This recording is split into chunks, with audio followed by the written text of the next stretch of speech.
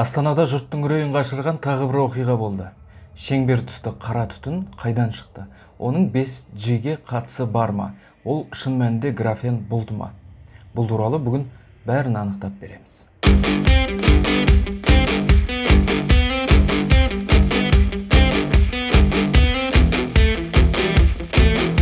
Әлеуметтік желілерде сақина болып әуеге көтерілген түтіннің видеосы таралды.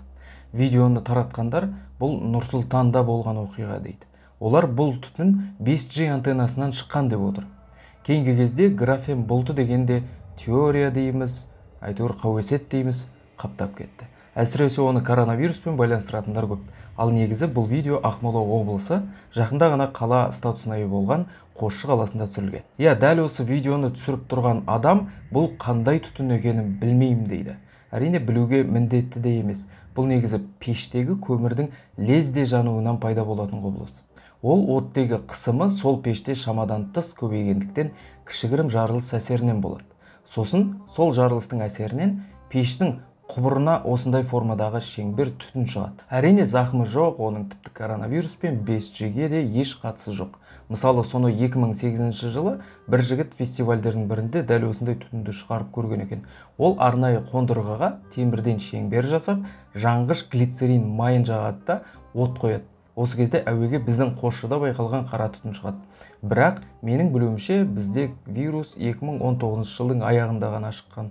Атауының өзінде COVID-19 деп тұр емес па? Сонымен антиваксерлер таратқан кезекті бір фейк жоққа шығарылды деп есептей беруге болады.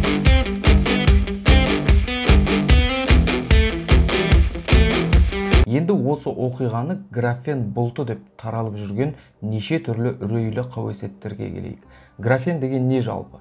Графен деген химиялық элемент 2004 жылы көп айтыла бастады. Оған себеп сол жылы Ресейден шыққан ұлыбританиялық ғалымдар Андрей Гейм мен Константин Новоселов Science журналында мақала жариялаған. Онда қарапайым қарындаш пен скотч арқылы алынған жаңа материал туралы айтылады екен. Ғалымдар жапсырғыш пен қарындаштың әр қабатын алып отырып, түбінде атомға дейін жеткен. Ал 2010 жылы осы еңбегі үшін олар Нобель сыйлығын алған. Графен тор кристалдарынан тұрады.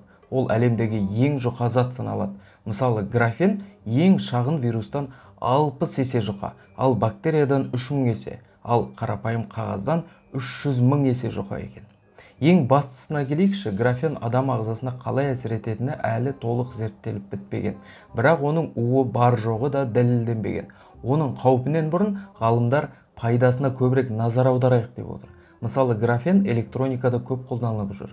Өзіміздің телефон қуаттайтын пауэрбэнктеріміз бар ғой, осы графенді қолданып жасалған екен. Тіпті одан күрте мен көйлек тіккендер де бар екен. Тағы бір қолданылған кезі біз өзіміз ойнайтын теннис ракеткалары.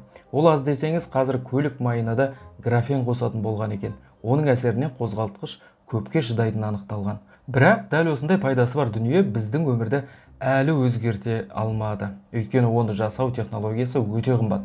Мысалы, 1 грамм таза графен 28 миллиард доллар тұрады екен. Ал шаң араласқан графеннің 1 граммы 1000 ақш долларына бағаланған. Сол себепті графеннің өзін жаппай өндіретін бірде-бір компания жоқ. Ал әлгі аталған көйлек дейміз, пауэрбанк жасау, теннис ракеткасы дейміз, жаппай өндіріс емес. Ал енді ойлап көрсек, осындай 1 граммы 28 миллиард тұратын графенді Қосшыда антиваксерлердің ойынша адамдарға улау үшін шашып жатыр. Күлкілі емес па?